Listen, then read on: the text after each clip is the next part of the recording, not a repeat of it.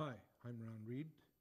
Today we're at the Hastings County Agriculture Museum here in Sterling, talking to Jack Rusnell, the past president of the museum here. Jack, we are standing here in this dairy building here at the museum. Tell me why this was so important here. Well, Ron, the dairy segment of agriculture was what was predominant in the area many years ago and right up until recently, so that we featured the dairy display here because it was affecting so many people. Mm-hmm. I understand there was quite a few cheese factories in this area. Yes, as a matter of fact, Ron, in the four-county area, in 1928, there were 273 cheese factories. In Rawdon Township alone, which is adjacent to Sterling here, there were 14 concessions, and there was a cheese factory on every concession. Also, in 1928, there were 28 cheese factories operating in Prince Edward County, just to the south of where we are. That was it. I guess so. That's why this museum is so important, that it tells a story. Yes, when the visitors come here, they get a walkthrough of the cheese-making segment of the dairy industry and also the butter-making segment.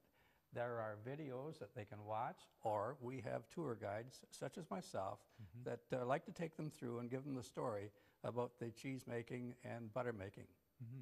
So you do different groups, you have like church groups go through, bus groups? We have many different groups, from school children to older people. We like the people to program a tour so that we can have tour guides here to take them through. And we also have a wand system that they can use if it's just a family, so that they can study the different artifacts at their own leisure. We were just talking about it before, but it appears like in October, going to have exhibition, and could you tell us a little bit more about that? Yes, this is a part of the educational system, Ron, and we expect over 500 children will be here, and it's a two-day event, and we will have many volunteers and take the groups through in small groups and explain the history of the dairy making and of course of the whole museum.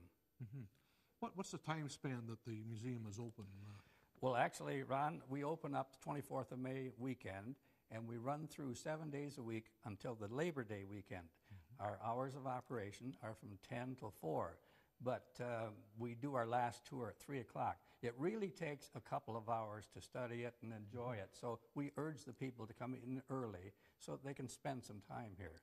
And the nice thing that we like to relate to people when we're taking them through on the tours is that less than that many were purchased. They were all given as gifts in kind. So it's literally hundreds of artifacts here. Thousands of artifacts, yes, Ron. Yes. And they're all cataloged, and we are so fortunate of the generosity of the people, not only right in this area, but a greater surrounding area. And we thank them all for being so generous. Actually, that's why the museum grew as fast as it did, and it went beyond our expectations when we started out here quite a few years ago. So, Jack, what is the mandate of the museum here? The mandate, Ron, is to preserve our heritage from the past for the benefit of future generations. I'd like to thank you, Jack, for joining us here today. It's been very interesting. My pleasure. Ron Reed reporting from Comfort Country, Explore the Four, at the Hastings County Agriculture Museum in Sterling. Explore the Four is brought to you by Comfort Country, featuring the communities of Madoc, Marmora, Tweed, and Sterling. For more information about this edition of Explore the Four, visit online at comfortcountry.ca.